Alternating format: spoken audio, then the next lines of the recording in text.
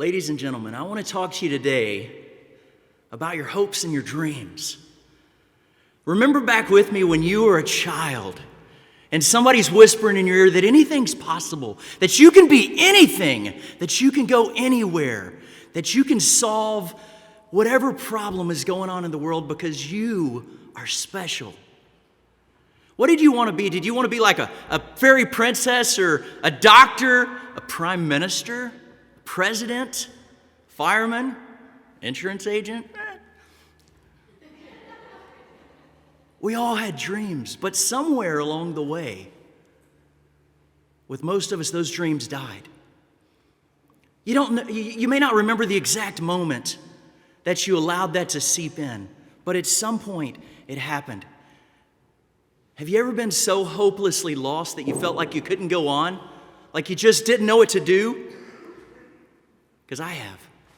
I remember several years ago, I was lost.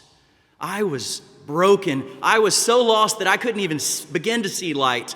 And I had a friend love me enough to take me to lunch, and he said, "Eric, I'm worried about you, buddy." And I said, "I'm worried too." He says, "Can I ask you a question?" I said, "Sure." He says, "What's the greatest commandment in the Bible?" And I'm like, "Great, Sunday school." "Love the Lord your God with all your heart, your soul, and your mind." He's like, "Okay, thank you. Let me ask you a second question." I'm okay. "What's the second greatest commandment?" I'm like, "What are we doing here, Mark?" He's just answer the question. I said, "Love your neighbor as yourself." He's like, "Oh, you got it." "What do you mean?" He's like, "Most people say just love your neighbor, but it actually says love your neighbor as yourself." He says, "Buddy, let me ask you another question." I'm like, "Yeah." He says, "How well are you loving yourself?" And I just started to weep because there wasn't anything left for me. I didn't love myself because I gave everything I had to everybody else, and I was drowning. I was dying. But he loved me enough to show up.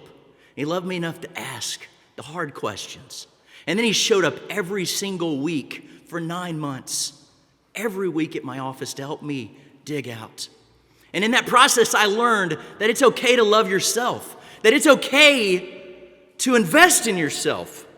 My friend and mentor, Les Brown, says the graveyard is the richest place in the planet because that's where the hopes and dreams have gone that were never fulfilled, the songs that were never sung, the businesses that were never open, the inventions that were never created, the cures that never happened because someone was scared to take that leap. Only you can pursue your dreams. Only you can invest in yourself.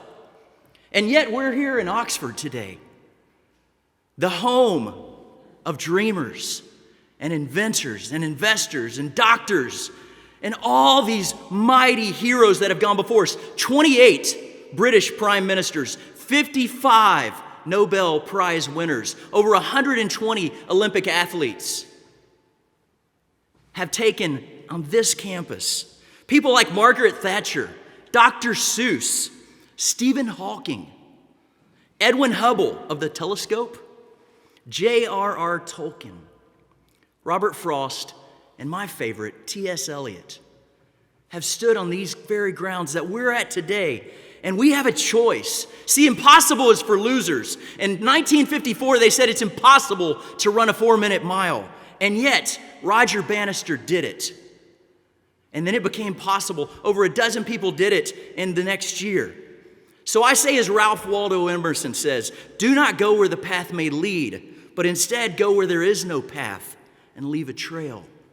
That's my encouragement to all of us. See, I'm here in UK at Oxford speaking when it's impossible to get here. You can't go. Nobody can do that. That's people that are scared. And if you take the chance, they're scared because if you achieve it, that means they could have as well. So they'll always try to talk you out. It just took saying yes and showing up. And I did it, and so can you. But my question is, how far will you go to achieve your dreams? What are you willing to do? Because, friend, it's time. It's time to invest in yourself. It's time to say yes to opportunity. It's time to show up. It's time to dream. And friend, if you've had success, it's time to stand up tall and not be ashamed of the fact that you're making 7 figures a year, because it's not about being proud. It's about letting someone else know that it's possible. They need hope, and you are the person paying it forward just like somebody else did it for you. That is our call. That is our challenge. It's time. It's time. It's time. It's time.